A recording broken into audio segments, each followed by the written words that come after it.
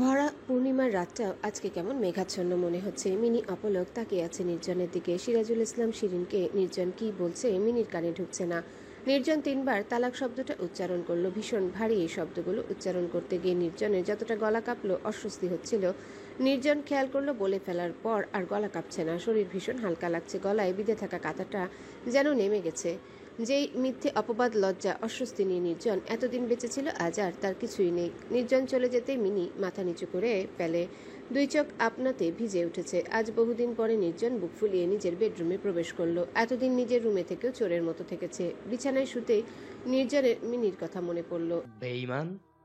2 দিন আগেও নির্জন যখন কান্না করছিল, জীবন নিয়ে হতাশায় সুইসাইড করার জন্য নানান উপায় খুঁজছিল, পাগলের মতো নিজের চুল নিজে টানছিল, তখনও মিনি পাশে বসেছিল। মিনি সব বুঝতে পেরেছিল। নির্জনের লজ্জা, আত্মগ্লানি, অভিমান, অভিযোগ, হতাশা। রাতভর নির্ঘুম নির্জনকে বসে বসে দেখেছে মিনি। দিনের পর দিন অভুক্ত থাকতে দেখেছে, তবুও একবারের জন্য সত্যিটা জানায়নি মিনি। একবার তো জানাতে পারতো তাকে। নিজের কাছে নির্জন নির্দোষ থাকতো। মিনি যদি সত্যিটা একবার স্বীকার করে নিত, ভুল স্বীকার করে ক্ষমা চাইতো, তবে নির্জন হয়তো মিনিকে ক্ষমা করে দিত। কিন্তু মিনি তা করেনি। যে সম্পর্ক শুরু হয় মিথ্যা দিয়ে, তার পরিণতিতেও বিচ্ছেদই হবে। আজ আর কোনো পিছুটান নেই নির্জনের। কারো মুখোমুখি হওয়ার ভয়ে আজ থেকে আর লজ্জায় রুমে বন্দি থাকতে হবে না। শিরিন রীতিমতো গর্জন শুরু করে দিয়েছে। নাক ফুলিয়ে বলল, মস্করা পাইছ তো তোমরা? আমি তোমাদের কাউকে ছেড়ে দিব না। আমার মেয়ের জীবনে ছিনিমিনি খেলতেছো? না হয় আমি ষড়যন্ত্র করে নির্জনকে ফাঁদে ফেলে বিয়ে দিছি, তাই বলে সেই সম্পর্ক তোমরা ভেঙে দিবা? আমি মামলা করব তোমাদের নামে, তোমাদের সবার নামে। নারী নির্যাতনের এমন মামলা সাজামো যে তোমাদের দুই ভাইদের ছেলেদের বাকি জীবন জেলেই কাটাতে হবে, দেখে নিও। নার্গিস হেসে বলল, তবুও কি তোমার এই মেয়ে আমার ছেলের বউ হতে পারবে, নাকি তোমার জায়গা এই বাড়িতে হবে? সিরাজুল ইসলাম শান্ত সুরে বললেন, যা মামলা কর, যা ইচ্ছে কর। তবে এটুকু মনে রাখিস, আমি একজন সচিব আর আমার ভাই একজন অ্যাডভোকেট। উকিলের ফি তোর লাগবে, মিরাজের কিন্তু লাগবে না। থানার এই বারান্দা থেকে ওই বারান্দায় তোকে দৌড়াতে হবে। আমি শুধু একটা কল করলেই যথেষ্ট হয়ে যাবে। সবচেয়ে বড় কথা, এতক্ষণ যা বলেছিস সব কিছু আমার কাছে ভিডিও করা আছে। তোর নিজের মুখেই স্বীকার করা বিয়েটা তোরা নির্জনকে ফাঁদে ফেলে করিয়েছিস। মামলা যেটা খুব একটা সহজ হবে না। তোরা যা ইচ্ছে কর, এই মুহূর্তে এই বাড়ি থেকে বের হ তুই। মহুয়া বেগম উঠে দাঁড়িয়ে বললেন, আজ শিরিন একা যাবে না। ও বের হলে আমিও বের হয়ে যাব আমার মেয়ের সাথে। তোরা শান্তি চাইছিলি, শান্তিতে থাক। সিরাজুল ইসলাম এত ড্রামা আশ্চর্য করতে পারলেন না। উঠে দাঁড়িয়ে জুনিকে বলল, যা ড্রাইভারকে ডেকে আন, বল শিরিনরা যেখানে যাবে নিয়ে যেতে। মার যা যা লাগবে নেয়ার সব গুছিয়ে দে। উনি চলে যেতে চাইলে আমাদের কিছু করার নেই। সারা জীবন আর এত অশান্তি ভালো লাগে না। যেদিন ফিরে আসতে ইচ্ছে করবে ফিরে আসবেন। মহুয়া বেগম এতটা আশা করেননি। সত্যি সত্যি সে রাতের 11টায় শিরিন মেয়েদের আর মাকে নিয়ে নিজের বাড়িতে ফিরে এলো। শিরিনরা চলে যেতে বৈশাখী ফুঁসতে লাগে রাগে। এই মেয়েটা এই বাড়িতে আসার সাথে সাথেই এই বাড়ির যত অমঙ্গল হতে লাগলো। এই মেয়েটা আসলেই অপয়া। এ সবার মধ্যে ভাঙন ধরাতে চায়। এত বছর ধরে ফুপু এই বাড়িতে আছে, অথচ এই মেয়ে কাল বউ হয়ে আসতে না আসতেই আজকে ফুপু আর দাদিকে বাড়ি ছাড়া করে দিল। ও এই বাড়িতে থাকলে এই বাড়িতে কোনো শান্তি থাকবে না। বৈশাখী হনহনিয়ে আষাঢ়ের রুমের দিকে গেল। পিয়াসা আষাঢ়ের শার্ট প্যান্ট আয়রন করতে বসেছে। বৈশাখী রুমে ঢুকেই বলল, ভালোই তো পরিকল্পনা করলি তুই। পিয়াসা পেছনে তাকে বৈশাখীকে দেখতে পায়, মুচকি হেসে বলল, আপা আপনি বসুন। তো এই উদ্দেশ্য কি? পিয়াসা হেসে বলল, আমার উদ্দেশ্য আবার কি হবে? তুই এই বাড়িতে পা দেওয়ার সাথে সাথে এই বাড়ির অমঙ্গল শুরু হয়েছে, তুই জানিস? না আপা, জানতাম না, তবে এখন জানলাম। পিয়াসার শান্ত স্বর বৈশাখী সহ্য হয় না। বৈশাখী চিৎকার করে উঠে বলল, একদম কুল সাজার চেষ্টা করবি না তুই আমার সাথে। আমাকে বোকা ভাবিস না তুই। তুই কি ভেবেছিস তুই এই বাড়ির সব নিয়ম বদলে দিবি? পিয়াসা আলমারিতে কাপড় রাখতে রাখতে খিলখিল করে হেসে বলল, ও মা, বদলে দিব কেন? ভাবতে যাব? আমি তো বদলে দিয়েছি। দেখলেন না আমি চাকরি করতে যাচ্ছি, আপনার ফুপু এই বাড়ি থেকে আউট হয়ে গেছে, নির্জন ভাইয়ের ডিভোর্স হয়েছে। পিয়াসার নির্লিপ্ততা বৈশাখীর মাথায় আগুন ধরিয়ে দেয়। এই মেয়েটা আসলে সবকিছু করতে পারছে, সব নিয়ম কানুন ভেঙে ঘুরিয়ে দিয়েছে। বৈশাখী সহ্য হয় না। জীবনে সেও অনেক কিছু পায়নি, এই নিয়মকানুনের খেলার জন্য। কোনোদিনও বন্ধুদের সাথে কোথাও বেড়াতে যেতে পারেনি, কোনো ফ্রেন্ডের বাসায় থাকতে পারেনি, দূরে কোথাও যেতে পারেনি, একটা নিজস্ব ফোন ব্যবহার করতে পারেনি, অনলাইনে ছোট একটা বিজনেস শুরু করেছিল, তাও রান করাতে পারেনি, কখনো প্রতিবাদ করতে পারেনি, বাবার গম্ভীর মুখের দিকে তাকিয়ে একটা কথাও বলতে পারেনি, কখনো দাদির আদরের জন্য প্রতিবাদ করতে চেয়েও করেনি। নিজের অনেক স্বপ্নই অপূর্ণ রয়ে গেছে, অথচ এই মেয়েটা সব পাচ্ছে। তার উপর তার স্বামীর এত টাকা ঋণ, অথচ ওর খালাতো ননদের সাথে ভাইয়ের বিয়ে দিতে না পারলে এত টাকা পরিশোধ করতে হবে। অথচ তার স্বামী তাকে বলে দিয়েছে যদি ভাইয়ের সাথে ওর ননদের বিয়ের ব্যবস্থা করতে না পারে তাহলে বৈশাখী সংসার সুখের হবে না। বৈশাখী এত পেরেশানি আর নিতে পারছে না। বৈশাখীর উচ্চারণ শুনে রজনী আর সিরাজুল ইসলাম দুজনেই বের হয়ে এলেন রুম থেকে। আষাঢ়ের রুমের দরজার সামনে এসে দুজনেই সক্ষান। বৈশাখী গরম আয়রনটা হাতে তুলে নিয়ে পিয়াসার দিকে এগিয়ে যায়। এই মেয়েকে সে সব পেতে দেবে না। ক্রোধে অন্ধ বৈশাখী আয়রনটা পিয়াসার হাতে লাগানোর মুহূর্তে সিরাজুল ইসলাম টান দিয়ে ছিনিয়ে নেন আয়রনটা। রজনী সহ্য করতে না পেরে বৈশাখীর গালে চড় মারেন।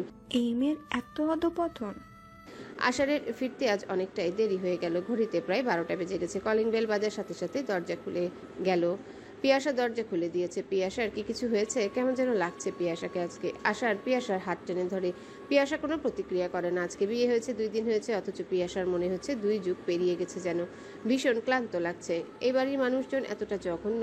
পিয়াসার হাত লাল হয়ে আছে। আষাঢ়ের চোয়াল শক্ত হয়ে যায় মুহূর্তে। কি হয়েছে এখানে? বৈশাখী আয়রন মেশিনটা ভালো করে লাগানোর আগে সিরাজুল ইসলাম ছিনিয়ে নিয়ে যান। তবুও হালকা একটু লেগে যাওয়ায় পিয়াসার হাত ওইটুকু পুড়ে যায়।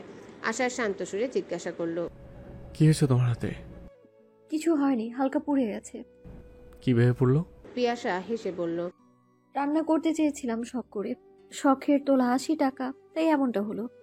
রজনী আর সিরাজুল ইসলাম বসে আষাঢ়ের অপেক্ষায় ছিল। পিয়াসাকে মিথ্যা বলতে দেখে রজনী বলল, সত্যি বলার সাহস নেই কেন পিয়াসা? কেন মিথ্যা কথা বলছো? আমি বলছি শোনো, তোর বোন পিয়াসার হাত পুড়িয়ে দিতে চেয়েছিল, বুঝলি? আমি জানি না ওর কিসের এত ক্ষোভ পিয়াসার উপর। আষাঢ় থেমে গেল। আপা এত একটা জঘন্য কাজ করেছে? রজনী আষাঢ়ের দিকে তাকিয়ে বলল, আমি কি করব বল আমাকে? বৈশাখ তো ছোট বাচ্চা না যে ওকে আমি ভয় দেখাবো, শাসন করব, মারবো। আমি কিছুই তো করতে পারছি না। তার উপর ওর হাজব্যান্ড বলে দিয়েছে ওকে এখানে রাখতে।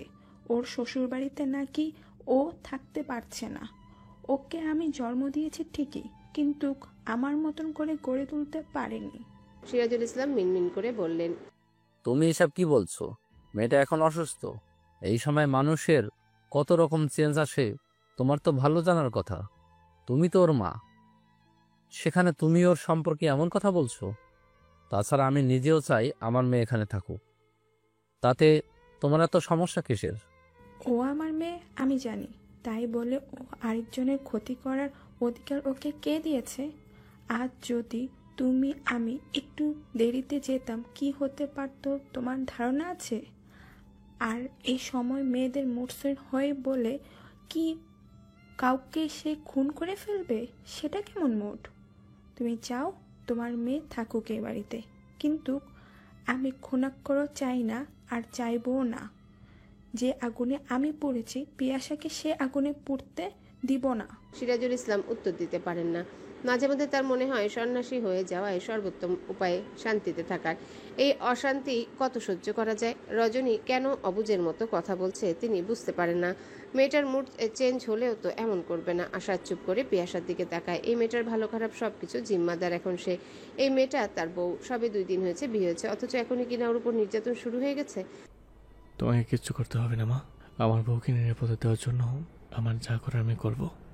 সিরাজুল ইসলাম সন্দিহান দৃষ্টিতে তাকিয়ে জিজ্ঞাসা করলেন, কি করবি? আশার জবাব দিল না।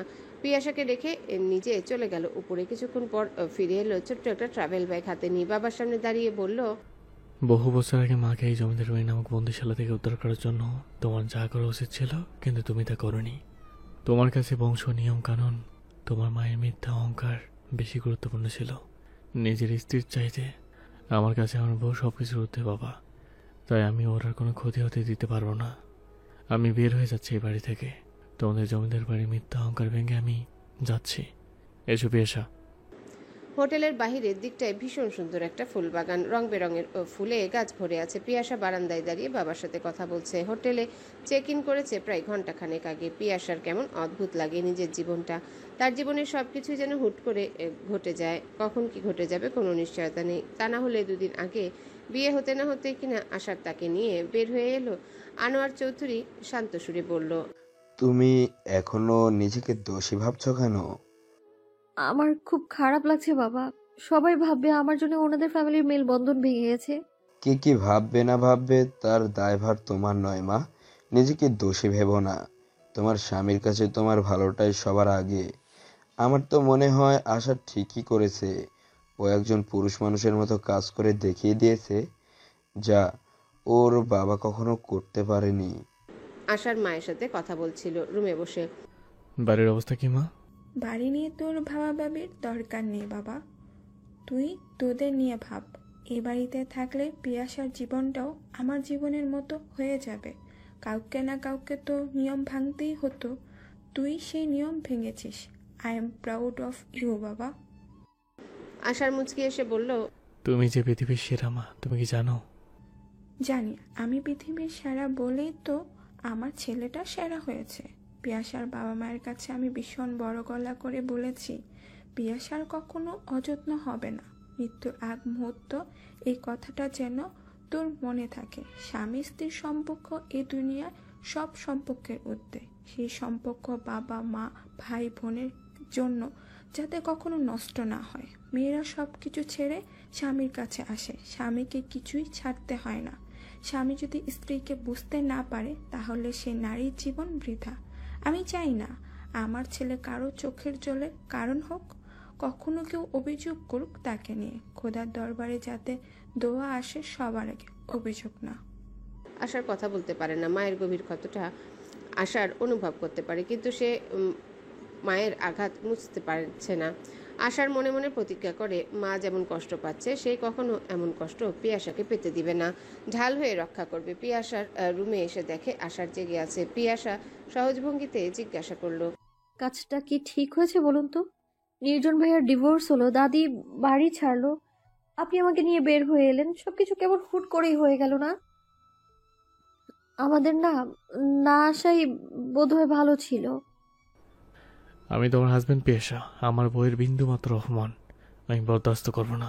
পিয়াসার কেমন অদ্ভুত অনুভূতি হয়। সকালে নাস্তার টেবিলে আশার বলল, বাসা পাওয়া গেছে পেশা, নাস্তা সেরে আমরা বাসা দেখতে যাব। পিয়াসা মাথা নাড়িয়ে সায় জানায়। নাস্তার পর দুজন বাসা দেখতে যায়। ধানমন্ডি এরিয়াতে একটা ফ্ল্যাট দেখা হয়েছে। বাসায় ঢুকে পিয়াসা চমকে যায়। এত বড় বাসা, 4টা বেডরুম, একটা ড্রয়িং রুম, একটা ডাইনিং রুম, কিচেন রুম, বারান্দা 3টা। সবচেয়ে ভালো লাগে সবগুলো রুমের সাথে অ্যাটাচ বাথরুম দেওয়া আছে। একটা কমন বাথরুমও আছে। কিচেন রুমটাও অনেক বড়। পিয়াসা ভাবে এত বড় বাসা কি তাদের আদৌ দরকার? তাছাড়া এত বড় বাসার ভাড়াও নিশ্চয়ই অনেক বেশি হবে। আস্তে করে আশারকে বলল, এত বড় বাসা নিয়ে আমরা কি করব? আমাদের তো এখন এক রুমের একটা বাসা হলেই চলবে। সেখানে এত বড় বাসার কি দরকার বলেন? লজ্জায় আর বলল না। অনেক টাকা নষ্ট হবে এই বাসা নিলে। সেটা বললে আশার যদি কিছু মনে করে। আশার হেসে বলে, জীবনের শেষ মুহূর্ত পর্যন্ত তোমার যাতে কখনো মনে না হয় কোনো একটা সময় আমার জন্য তোমার কষ্ট হয়েছে। তুমি এক রুমের বাসা থেকে অভ্যস্ত নাও পেশা, আর না আমি। তাছাড়া তুমি ভয় পেও না, এই বাসায় ভাড়া দেওয়ার মতো অ্যাবিলিটি তোমার হাজব্যান্ডের আছে। আমি যতদিন বেঁচে আছি তোমাকে রানীর মতো রাখতে চাই, যাতে মরে গেলে প্রতিটি মুহূর্তে তুমি আমাকে মিস করো। পিয়াসার বুক কেঁপে উঠে মরার কথা বলায়। অনাকাঙ্ক্ষিতভাবে এই মানুষটার সাথে তার জীবন জুড়ে গেছে। সে ভালো করে কথাও বলে না, তবুও কেন মনের ভেতর তার জন্য হঠাৎ করে এত দরদ জন্ম নিল? কেন ইচ্ছে করছে শক্ত করে জড়িয়ে ধরে বলতে যে এরকম কথা যাতে কখনো না বলে। রাগ করে মহুয়া বেগম মেয়ের সাথে বের হয়ে এসেছেন ঠিকই, কিন্তু ভেতরে ভেতরে ভীষণ অসহায় অনুভব করছে। নিজের মেয়েকে তার চেনা আছে। সকাল হয়েছে অনেকক্ষণ হলো, প্রায় 10টা বাজতে চলেছে, এখনো কিছু খাওয়া হয়নি। শিরিনকে ডেকে বলতে শিরিন থমথমে সুরে বলল, ঘরে খাবার মতো কিছু নাই মা। নীরা ঘুম থেকে উঠলে হোটেল থেকে নাস্তা আনবে। নীরাকে উঠতে বল, 10টা বেজে গেছে প্রায়। না মা, আমি ডাকতে পারবো না। ওর সময় হলে ও নিজেই উঠবে। নীরা ঘুম থেকে উঠলো 11টার পর। উঠে দোকান থেকে চা আর পাউরুটি নিয়ে নিল। মহুয়া বেগম এসব খাবার খান না। শিরিনকে সেই নিয়ে মোটে উদ্বেগ মনে হলো না। 1 কাপ চা আর দুইটা পাউরুটি দিয়ে গেল শিরিন। মহুয়া বেগম কিছু বললেন না। চা এক চুমুক মুখে দিয়ে তিনি ফেলে দিলেন। এত জঘন্য চা মানুষ খায়? পাউরুটি 2 পিস পানিতে চুবিয়ে খেয়ে নিলেন। দুপুরের দিকে শিরিন আর নীরা বাজারে গেল। মহুয়া বেগম অস্থির হয়ে গেলেন খিদায়। মীরা আর মিনি দুজনের রুমের দরজা বন্ধ করে আছে। মহুয়া বেগম একা। এই মুহূর্তে তার ভীষণ মনে পড়ল তার বাড়ির কথা।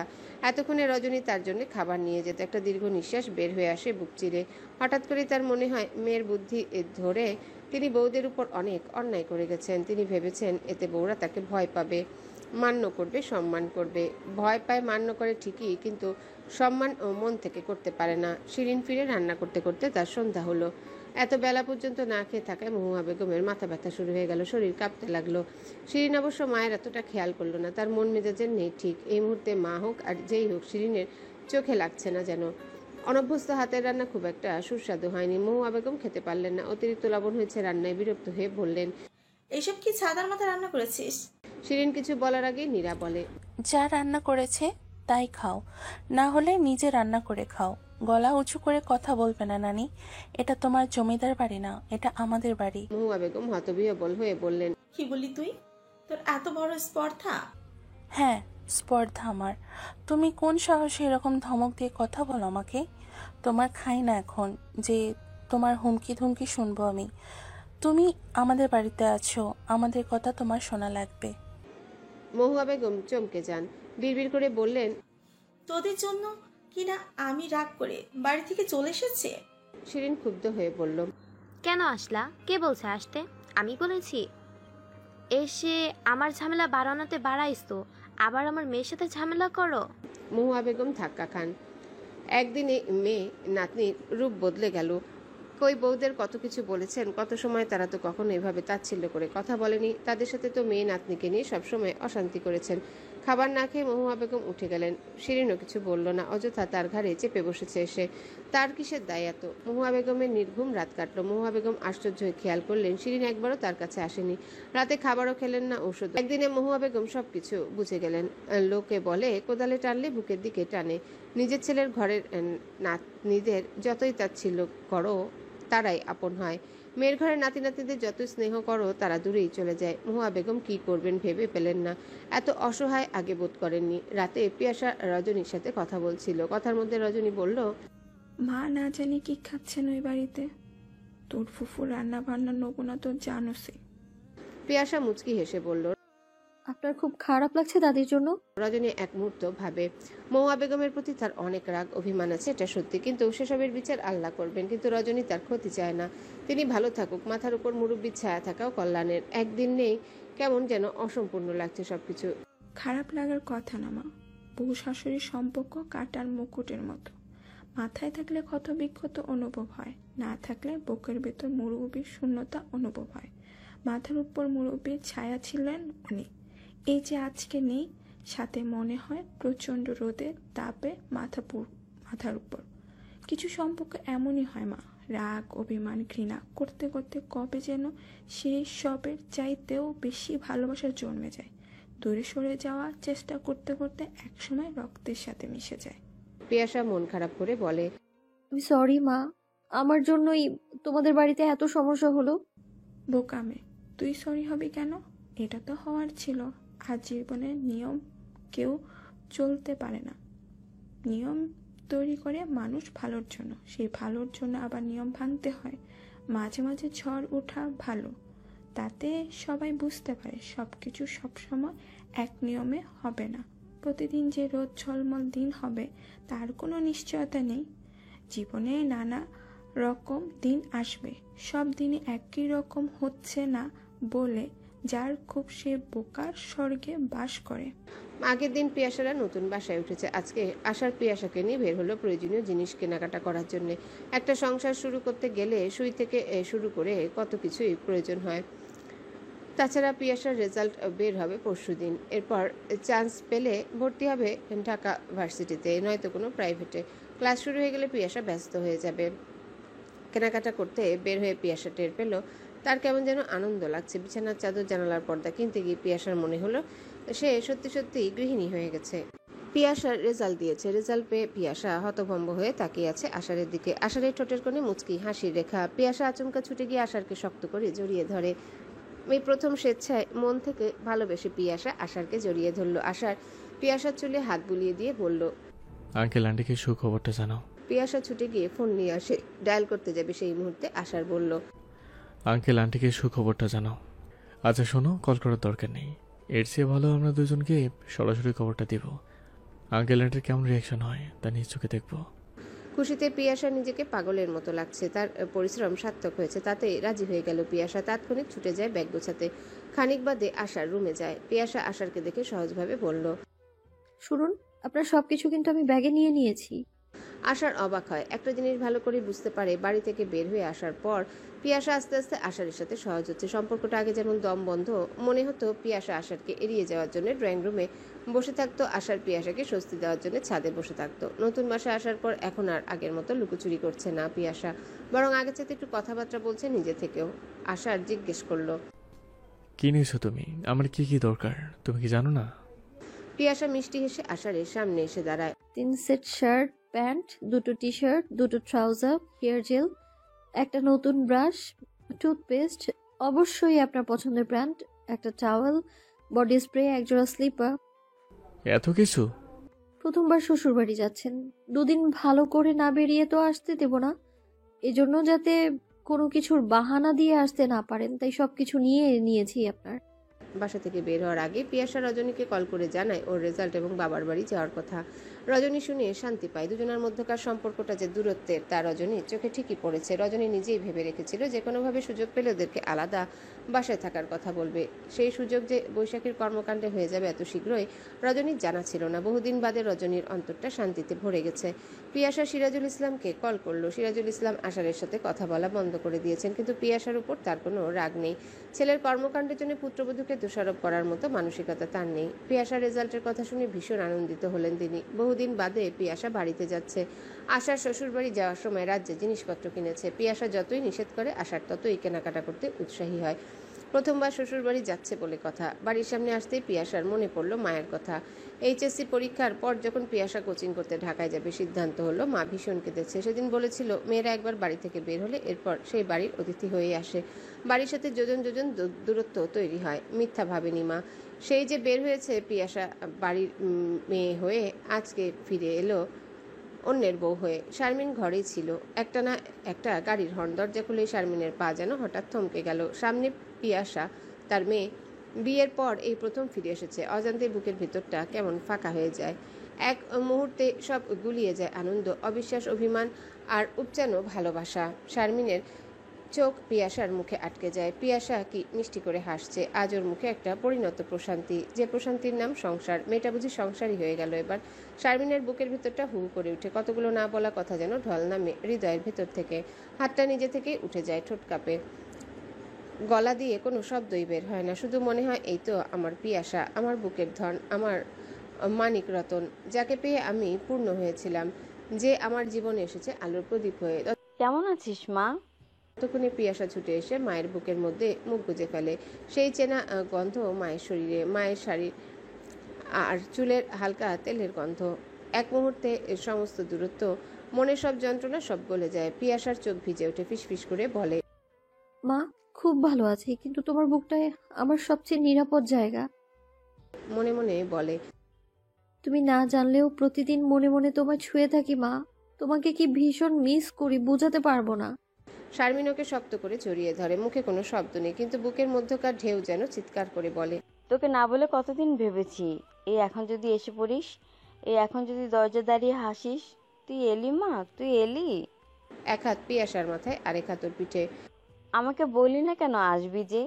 তোর বাবা জানলে তো আজকে চেম্বারে যেত না। পিয়াসা মুখ তুলে তাকায়। মায়ের চোখে জল দেখে ওর গলার স্বর আটকে যায়। ফিসফিসিয়ে শুধু বলে, মা, তোমাকে না বলে আসার কারণ ছিল একটাই, তোমার চোখে হঠাৎ ভালোবাসা দেখে আমার বুকটা ভরে উঠুক। ঠিক সেভাবে যেমন করে ঝড়ের রাতে কুড়িয়ে পাওয়া আমাকে বুকের ভেতর লুকিয়ে রেখেছিলাম পরম যতনে, আমি সেটাই চেয়েছিলাম মা। শারমিন চোখের জল মুছতে মুছতে বলেন, খবরদার এসব বলবি না, তোকে আমি কুড়িয়ে পাইনি। তুই আমার মেয়ে, আল্লাহ তোকে আমার জন্য পাঠিয়েছেন। মামের দীর্ঘ কান্নাকাটি শেষ হতে আশার এগিয়ে এসে সালাম দেয় শারমিনকে। মেয়েকে পেয়ে ভুলেই গেছেন জামাইও সাথে আছে। শারমিন হেসে জবাব দেয়, তারপর ওদের নিয়ে ভেতরে যান। মহুয়া বেগমের সময় ভীষণ খারাপ যাচ্ছে। ছেলেরা কেউ তাকে নিতে আসছে না, তিনিও রাগ করে বের হয়ে এসেছেন বিধায় ফিরতে পারছেন না। এই কয়েকদিনে তার শরীর ভেঙে গেছে। শিরিনকে তার ভীষণ ভয়ও করে। শিরিন কেমন পাগলের মতো ব্যবহার করছে তার সাথে। রাতে খাওয়ার টেবিলে শিরিন নরম সুরে বলল, তোমার সাথে আমার একটা কথা আছে মা। মহুয়া বেগম অবাক হলেন। বাড়ি থেকে আসার পর শিরিন তার সাথে কেমন করে কথা বলে জানি, আজ হঠাৎ এমন নরম সুরে কথা বলছে। নীরা মাথা নাড়িয়ে ইশারা করে শিরিনকে। শিরিন জানালো, মা, বাড়িটা তো তোমার নামে আছে তাই না? ওই বাড়িটা তুমি আমার নামে লিখে দাও। মহুয়া বেগম চমকে উঠলেন। পাগল হয়ে গেছে নাকি? শিরিন কি বলছে ও? বাড়ি তোর নামে লিখে দিব মানে? তোর আব্বা মারা যাওয়ার আগে সব সম্পত্তি ভাগ করে দিয়ে গেছেন। তোদের দুই বোনেরও দিয়ে দেওয়া হয়েছে তোদের ভাগেরটা। ওই বাড়ি আমার ছেলেদের। নীরা হিসিয়ে বলল, না নানি, ওই বাড়ি তুমি আমার মায়ের নামে করে দিবে। ওখান থেকে আমাদেরকে বের করে দিয়েছে তোমার ছেলেরা, যেভাবে সেভাবেই ওদেরকে বের করে দিব আমরা। মহুয়া বেগম কঠোর হয়ে বললেন, খবরদার শিরিন, আর কখনো এসব কথা বলবি না। ওই বাড়ি আমার ছেলেদের। আমি কখনোই এমন অন্যায় করতে পারবো না। শিরিন চোখ রাঙিয়ে বলল, তা বললে তো হবে না মা। তোমার ছেলেরা যে আর তোমাকে ওই বাড়িতে নিবে না এটা তুমিও জানো, আমিও জানি। তাই তোমার উচিত ওদের একটা শিক্ষা দেওয়া, বুঝলে? আমার ছেলেরা কোনো অন্যায় করেনি, আমি বরং ওদের সাথে অনেক অন্যায় করেছি। তোর জন্য তো ছেলেদের কত হেনস্থা করেছে, কিন্তু এই কাজ কখনো হবে না। নীরা রেগে উঠে বলল, ওই বাড়ি আমার মায়ের নামে চায় নানি, তুমি দিতে বাধ্য। মহুয়া বেগম রাগ করে উঠে যান খাবার না খেয়ে। শিরিন বলল, কতদিন থাকবে না খেয়ে? এখানে যখন আছো দিতে বাধ্য তুমি। সারা জীবন শুনে এসেছে শ্বশুর বাড়ি মধুর হাড়ি, এখন তা টের পাচ্ছে আসার। জামাই আদরটা 3 দিনে তার কাছে অত্যাচার বলে মনে হচ্ছে। শ্বশুর শাশুড়ি ভাবখানা এমন যেন সে দীর্ঘ সময় দুর্ভিক্ষের অঞ্চল থেকে সদ্যই বাসায় ফিরেছে, তাই যেভাবেই হোক তাকে খাওয়াতে হবে। আর তার বউ, তিনি তো আরও এক কাঠি উপরে। খাবার সামনে এনে এমন হুমকি ধামকি শুরু করে আসার বাধ্য ছেলের মতো খেতে বসে যায়। পিয়াসার আশারকে বেকায়দায় ফেলতে ভীষণ আনন্দ হচ্ছে। পিয়াসা অবাক হয়ে খেয়াল করে সে আশারের সব কিছুতেই খেয়াল রাখছে। এতটাই খেয়াল রাখছে যে বাবা মায়ের আবদার রক্ষার্থে আশার যখন অনিচ্ছা সত্ত্বেও প্লেটে গরুর ভুঁড়ি তুলে নিল, পিয়াসা এসে মাকে নিষেধ করলো। শ্বশুর শাশুড়ি আগ্রহ দেখে আশার চোখ লজ্জায় বলতে পারেনি সে ভুঁড়ি পছন্দ করে না। সেই বিপদের মুহূর্তে পিয়াসা ছুটে আসে আশারকে রক্ষা করতে। অবসরে বসে পিয়াসা আনমনে ভাবে সে কিভাবে জানলো আশার ভুঁড়ি অপছন্দ করে। পরক্ষণে বুঝতে পারলো বৈশাখী আপার বিয়ের দিন যখন গরু জবাই করা হয় তখন রজনী আন্টি এই কথার কথা বলেছেন যে তাদের পরিবারের সবাই গরুর ভুঁড়ি পছন্দ করে, শুধু তার ছেলেটা ছাড়া।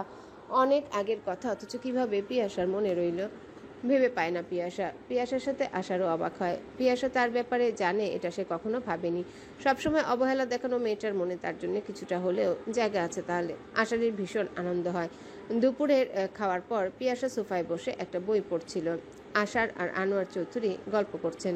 কলিং বেলের শব্দ শুনে পিয়াসা উঠে যায়। একটানা কলিং বেল টেপে দিচ্ছে দরজার ওপাশে থাকা মানুষটা। শারমিন রান্নাঘর থেকে বের হয়ে এলেন এত শব্দ শুনে। আনোয়ার চৌধুরী আর আশারও কথা বন্ধ করে সদর দরজার দিকে তাকালো একটানা বেল বাঁচতে থাকা মানুষটাকে দেখার জন্যে। পিয়াসা দরজা খুলতে দেখে মধ্যবয়সী এক হাড় জিরজিরে লোক দাঁড়িয়ে আছে সামনে। পিয়াসা জিজ্ঞাসা করলো, কাকে চাই? সামনে থাকা লোকটা কথার উত্তর দিল না, তাকিয়ে রইল পিয়াসার দিকে। পিয়াসা অপ্রস্তুত হয়ে জিজ্ঞাসা করলো, কে আপনি? তোর বাবা। পিয়াসা ভীষণ চমকে ওঠে।